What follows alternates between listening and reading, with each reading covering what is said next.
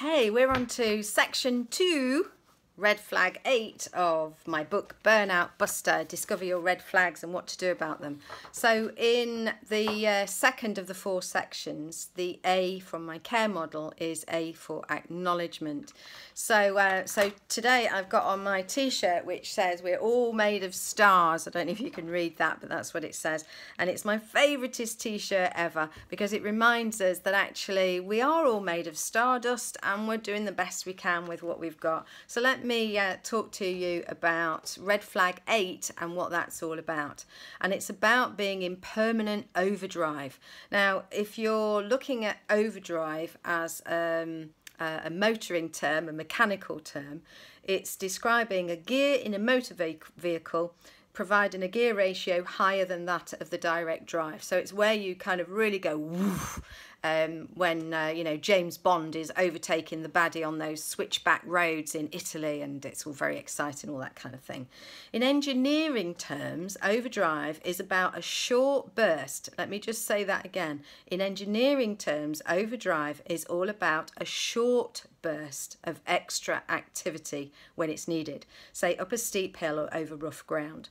Human beings are also capable of this in an emergency, in a crisis, in a we really need to pull out all the stops kind of moment. Human beings can also go into overdrive. It's really useful. It can be a lifesaver. It can be absolutely amazing. However, there's a big but, and I'm sure you've already guessed what it is. The trouble is, more and more we find ourselves in situations where that short burst of extra activity is needed over a longer period than first advertised. It becomes the new normal. The heightened pace continues, the pressure might even increase, and we try to keep up.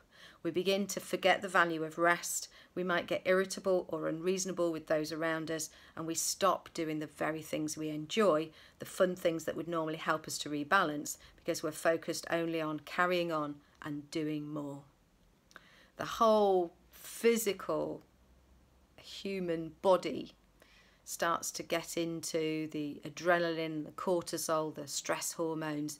It's all about being on high alert, trying harder, faster, more, keeping going.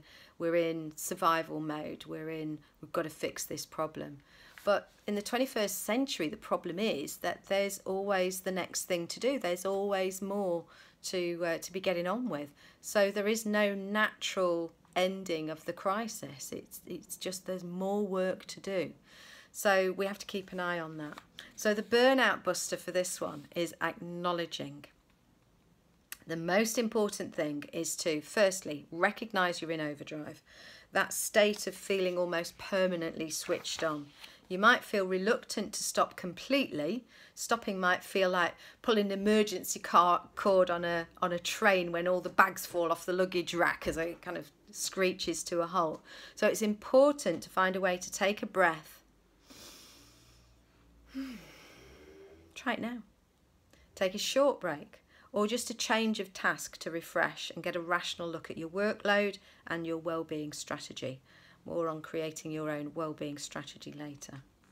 So acknowledge what you're achieving. Often when we're in overdrive, we're focused only on what hasn't been done and what's not going well and what extra pressures are likely to come along tomorrow. You might even go to bed thinking about, oh, the pressure tomorrow, or, oh, that didn't go well today. That's not going to make for a good night's sleep. So notice how much you're doing. Spot what's going well. Before you go to sleep at night, be thinking what's gone well today and what am I hoping for that's going to go well tomorrow. You will sleep better and you'll hopefully gain some perspective and remember what a star you are. We're all made of stars. And when you take a break and when you remind yourself how amazing you are, your well-being and your perspective will improve. Okay, that's it for now.